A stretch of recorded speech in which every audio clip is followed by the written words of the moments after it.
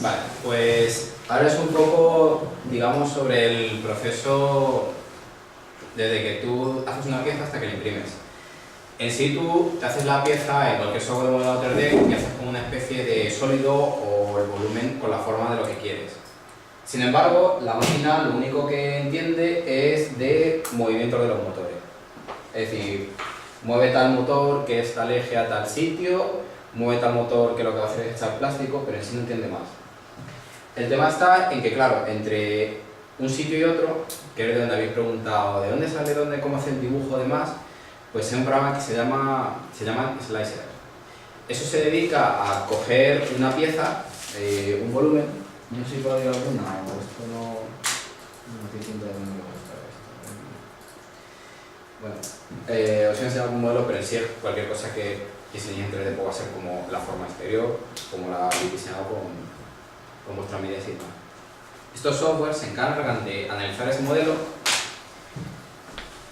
dividirlo en una serie de capas en el eje vertical y entonces va a generar los patrones de movimiento que va a tener que seguir la impresora para echar plástico y generar esa forma. Sobre estos softwares, pues en sí toman como entrada un formato que se llama STL, que es que describe como la forma exterior del cuerpo. El software más típico es Cura, que es bastante sencillo, sobre todo de cara a empezar con ello, y requiere que, aparte de meter el modelo, hagamos una serie de ajustes para ahora imprimir. En principio, digamos, esto generan para la mayoría de máquinas que hay de impresión 3D, por lo cual necesitas no solo tu modelo, sino también como la configuración específica de la impresora que vas a usar, en este caso la Woodforce 2. El Cura se descarga en internet, es gratuito, y luego la configuración de las impresoras está en la página de Beppu, se llaman perfiles de impresión. Aquí lo primero sería abrir el archivo que queremos imprimir. En este caso vamos a usar unas carcasas de un proyecto que hemos tenido hasta hace poco, que era Nodus.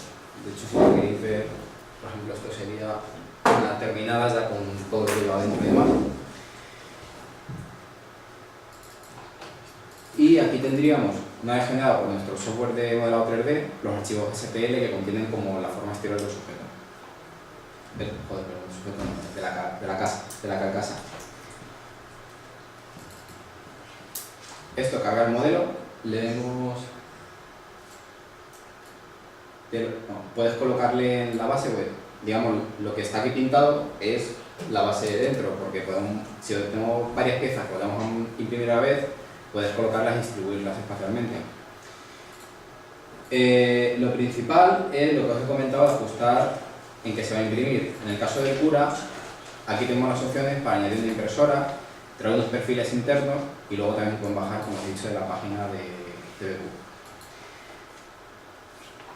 Os he dicho que se hace como una serie de capas verticales en que de la pieza.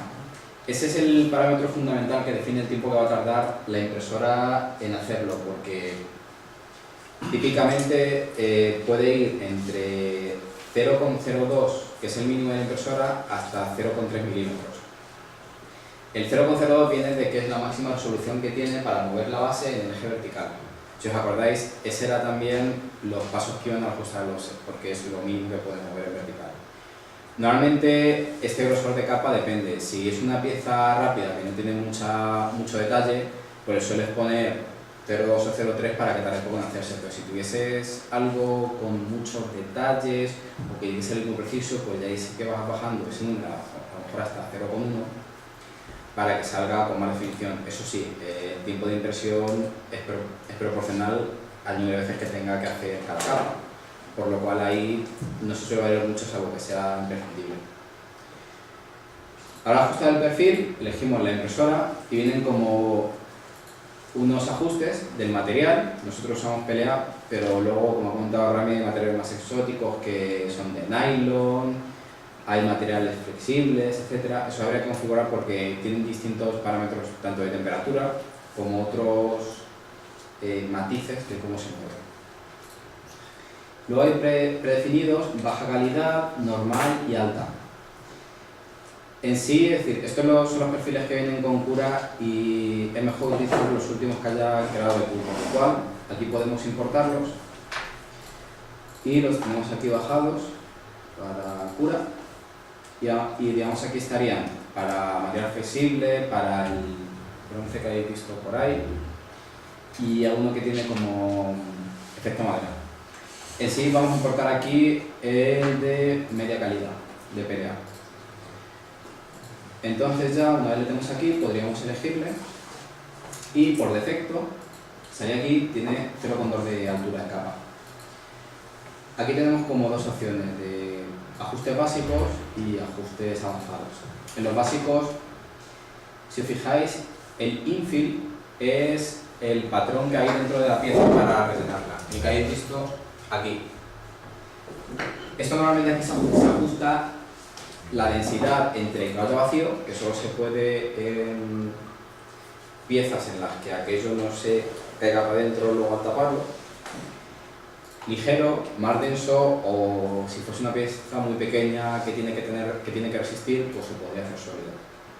Todo esto no sé si lo estáis viendo, pero cuando lo cambio aparece aquí abajo que se está haciendo como el slicing o partido laminado en capas. Alguna vez he leído fileteado, pero me enchina demasiado. Y aquí veis que está estimando en tiempo cada vez que cambio algo, el tiempo que tarda en imprimirse.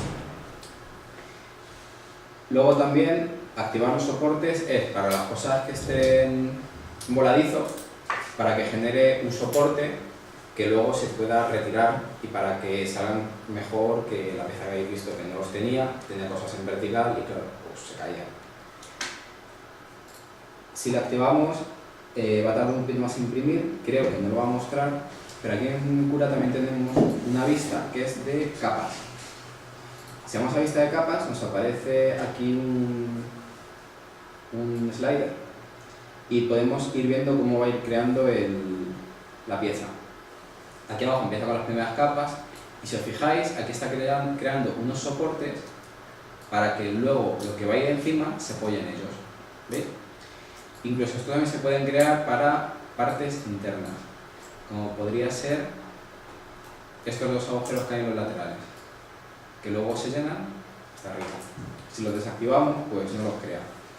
Hay veces que te crea soportes de cosas que de por sí se imprimirían bien. En el caso del nodo que habéis pasado, la que estamos viendo, el nodo negro, esa no se ha imprimido con soportes porque al cerrar o al ser, digamos, una pared oblicua, hay ciertos ángulos que puede hacer sin que el filamento en sí se caiga, como la pieza que habéis visto amarilla antes, que estaba el filamento pues no se sostiene. ¿Y los soportes luego cómo los quita o son fáciles de extraer y tal? Lo que hace el software es crear el soporte, deja una pequeña separación, típicamente 0,2 o 0,3, y entonces antes de el detalle de tu pieza que vaya encima. Esa pequeña separación hace que apoye un poquito, pero tampoco quede muy fusionado, y luego típicamente al tirar del soporte parte por ahí bien y se retira. Por completar, de lo que decía él de cuándo hace falta, cuándo no hace falta un soporte, la teoría es que si la inclinación es, digamos, el ángulo que forma la parte voladiza con la base es de unos 45 grados, hasta ahí bien, o entre 45 y 90. Si baja de ahí, si empieza a ser como más voladizo, ahí se empieza a perder calidad y llega un momento que te hace churretes hacia abajo y sale mal. Y los círculos, en general, los suele resolver bien. Y cuando el voladizo es pequeño, por ejemplo, una ranura para un USB o para un botón, en general eso, 1 centímetro, 2 centímetros, te lo hace bastante decente también. Si esto se arregla, tengo aquí uno para ver un ejemplo de eso. ¿Vale? Entonces, si tiene alguna abertura lateral en la caja para algo de electrónico o lo que sea, en general no hace falta ponerle soportes internos. Aquí si veis esta parte, esto es un puente que ha hecho y que podéis ver que se ha hecho bien. Sí que es cierto que a lo mejor el primer hilo pues, ves que se ha movido un poquito, pero luego eso queda bastante bien. ¿Tienes más cosas? No, No, quiero más del tema, sigo con la locura. Luego, bien, este ajuste es el que crea el contorno que os ha contado antes Ramiro, que no toca la pieza. pero aún así hay varios tipos de contorno y aquí en personalizado pues tenemos más cosas. En calidad, lo que os he comentado, la altura de capa, típicamente usa 0,2 o 0,3 porque normalmente nos falta mucho más radio. El ancho de la pared, esos son todas las paredes que ancho sólido va a hacer antes de empezar, digamos, si tienes esta pieza, pues sería el grosor de todas las paredes, cuánto hace.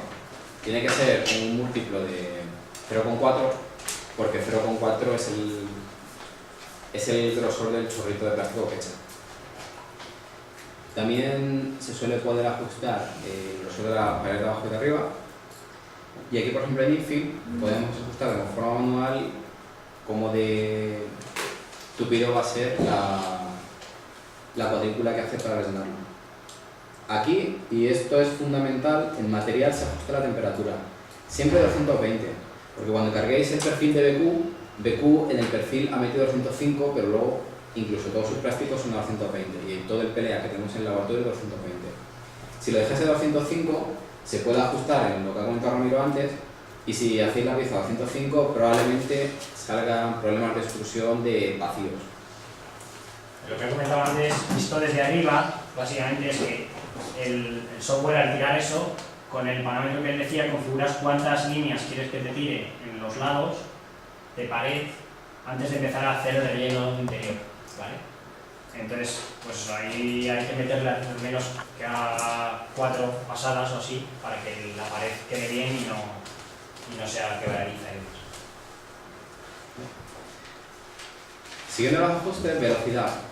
Esta sí a mano normalmente no habrá de pasar de 90, pero está ligado al grosor de la capa.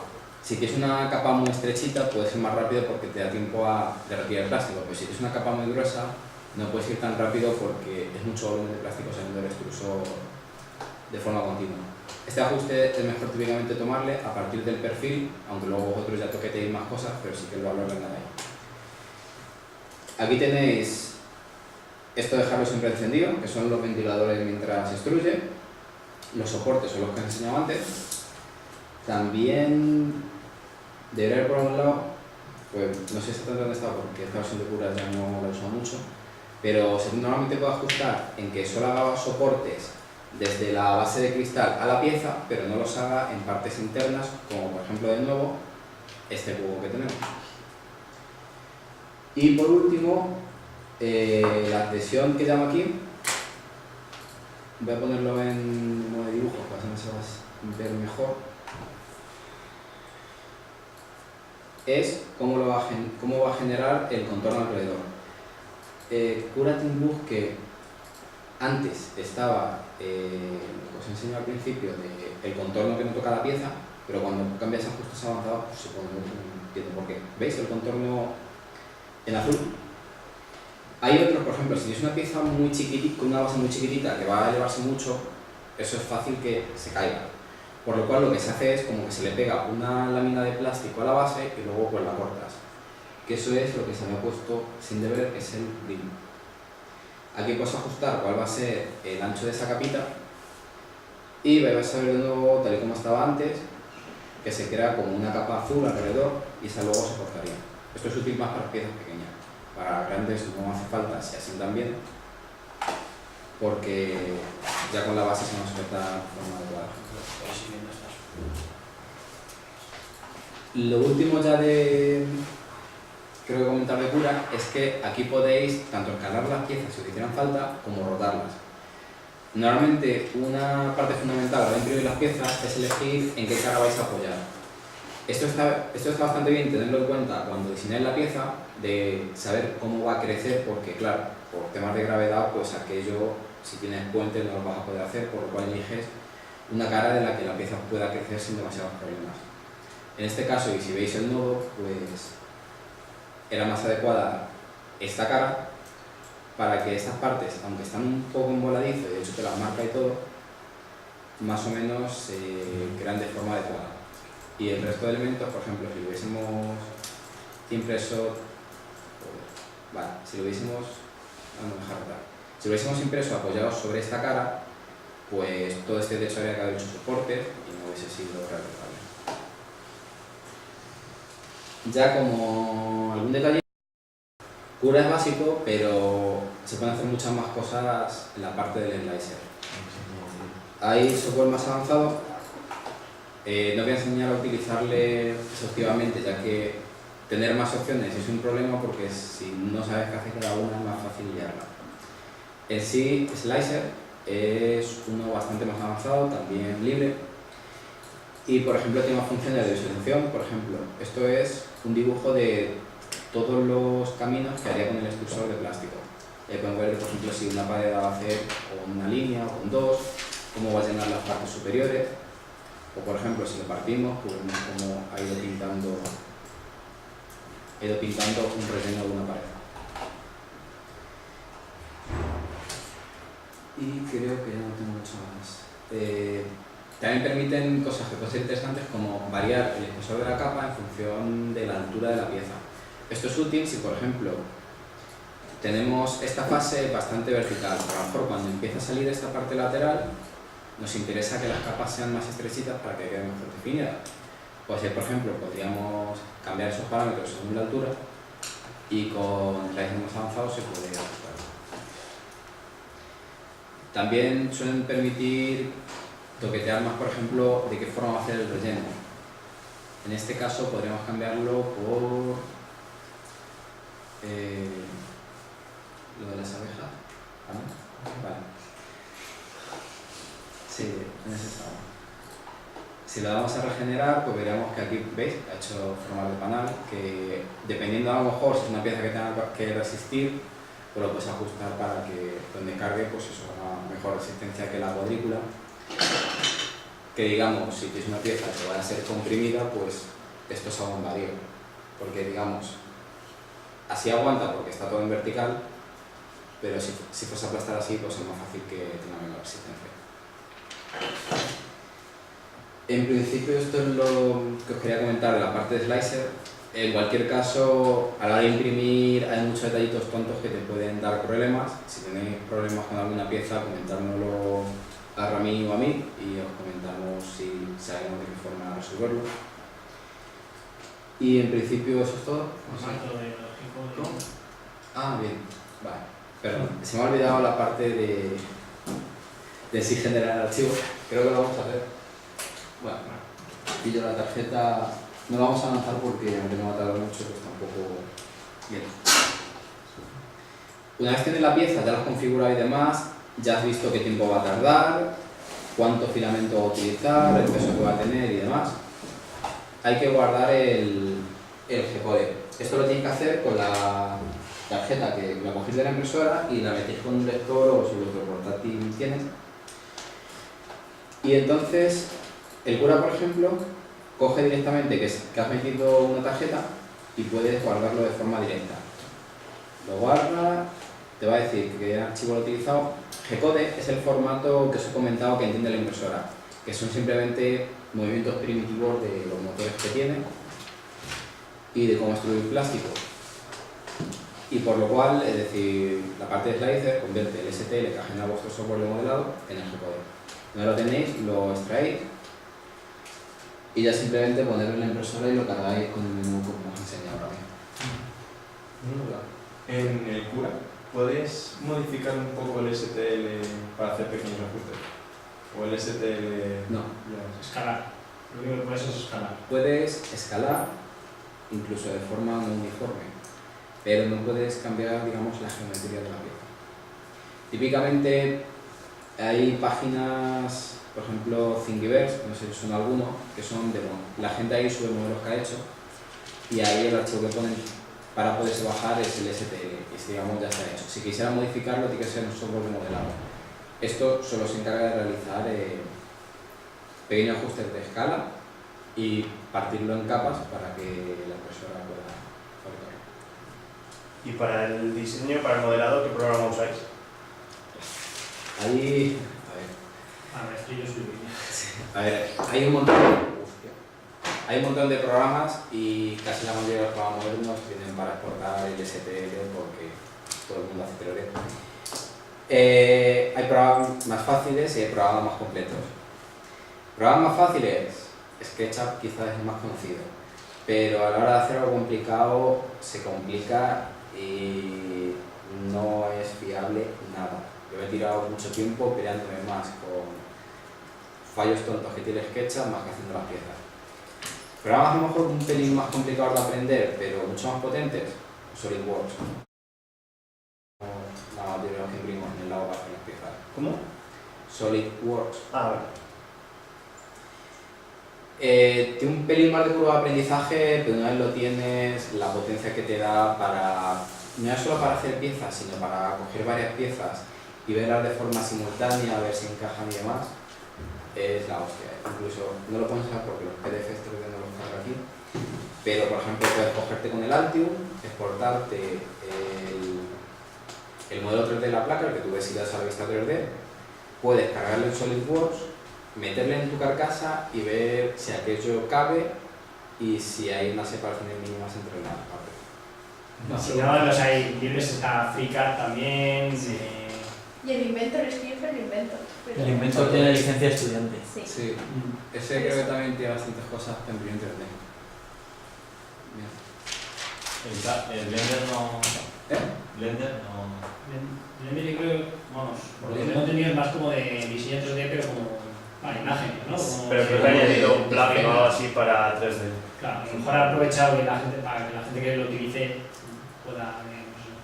Pero originariamente yo lo que tenía entendido de La era animación, como más Sí, para... la animación y...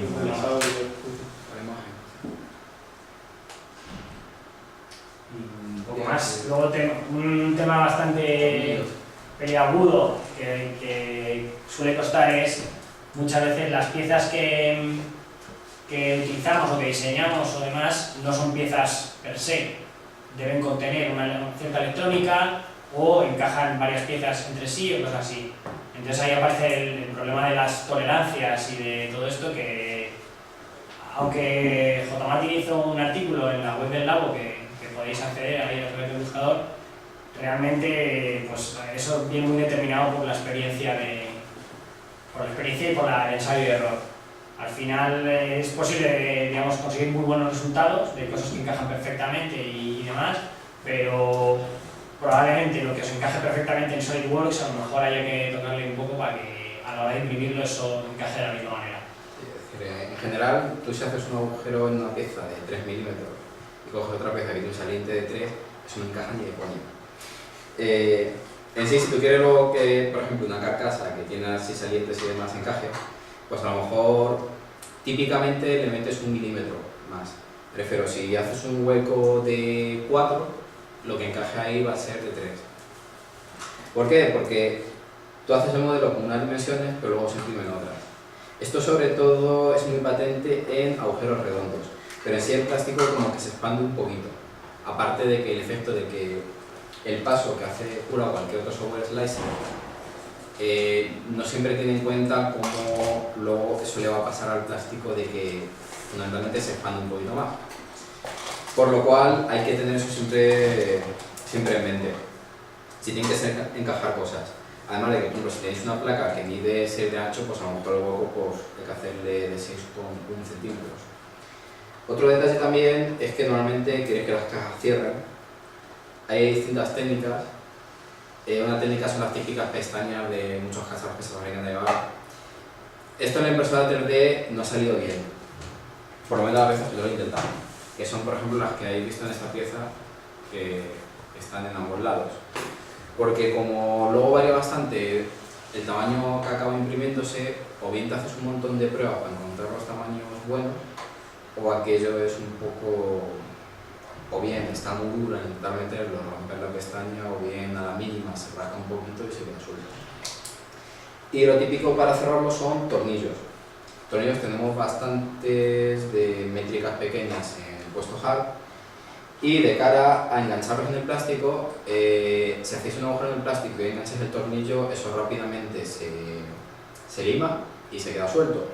Por lo cual se utilizan unas cosas que se llaman inserciones roscadas, que es como una especie de tuerca que en vez de tener la típica forma hexagonal, tiene como dientecitos que le ayudan a quedarse enganchada en el plástico. Os lo voy a pasar para que lo veáis, están aquí los dos extremos. Si queréis pasarlo para ver dónde se encajaría el nodo. De esas ahí también he puesto hardware y típicamente se hace un agujero un poquito más pequeño que esa pieza de metal y entonces se meten calentando la pieza de metal, se mete caliente y como funde un poquito a su alrededor, pues digamos el plástico se queda con la forma de la pieza de metal y se queda ahí bien apretada. Y ahí ya, como eso tiene la rosca del tornillo, lo metes y lo aplastas y lo aprietas y se queda. Una vez que no me he enterado. O sea, lo metes cuando estás imprimiendo. No, una vez hecho la pieza, está el hueco.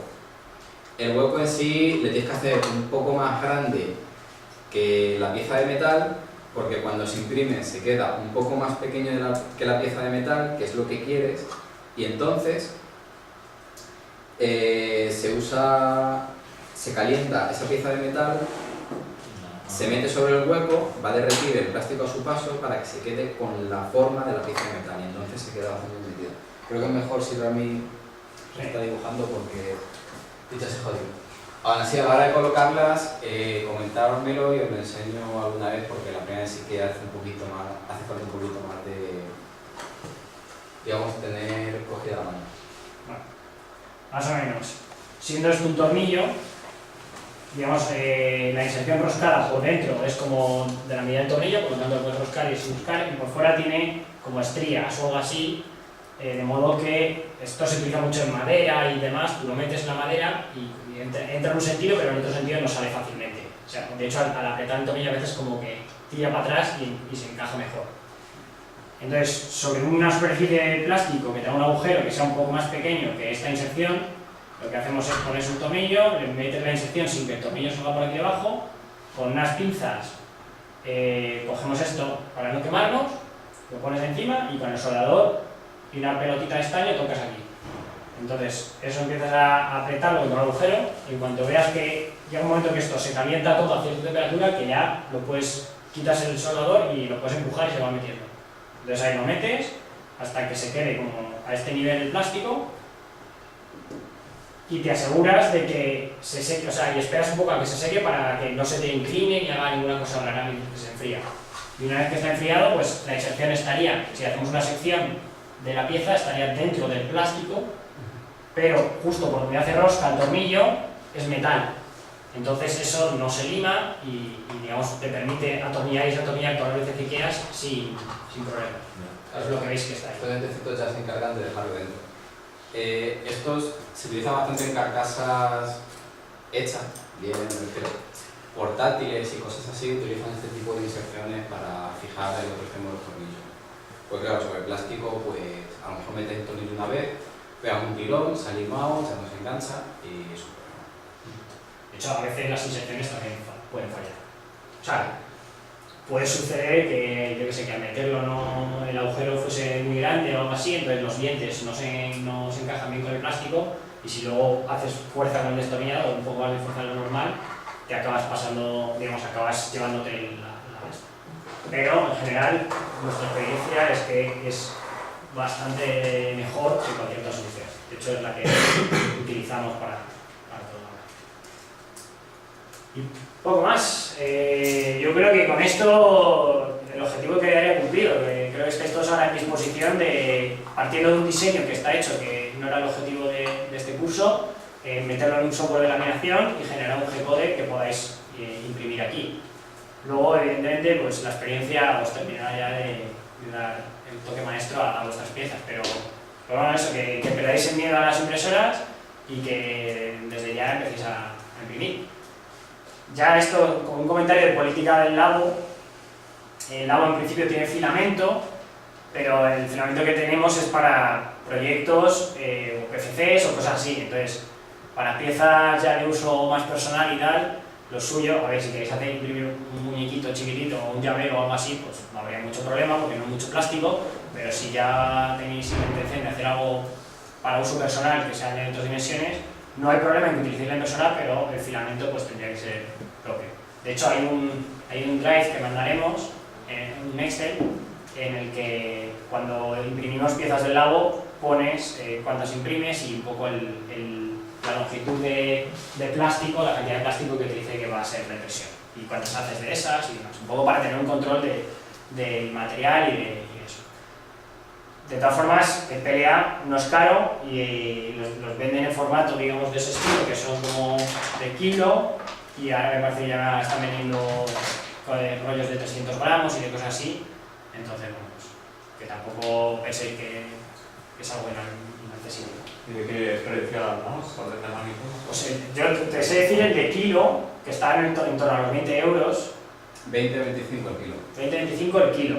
Y ya te digo que un kilo cunde bastante. De hecho, si es algo, o sea, para un laboratorio como este, pues bien, tienes un kilo y sobre todo negro y blanco y eso lo usamos mucho.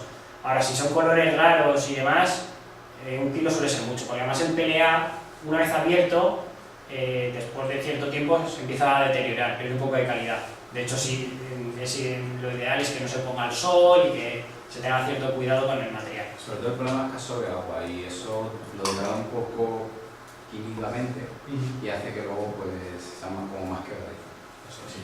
Aún así en el lago tampoco hay mucha humedad, por lo cual no se echa mucho de ver. De todas formas, eso, pues que quizá para cosas más pequeñas lo ideal es comprarse rollos más pequeños o comprar uno entre varios. ¿Tienes algo? ¿Tienes que meter todo el rollo o luego, como se ve cuánto has gastado, se puede decir y se paga?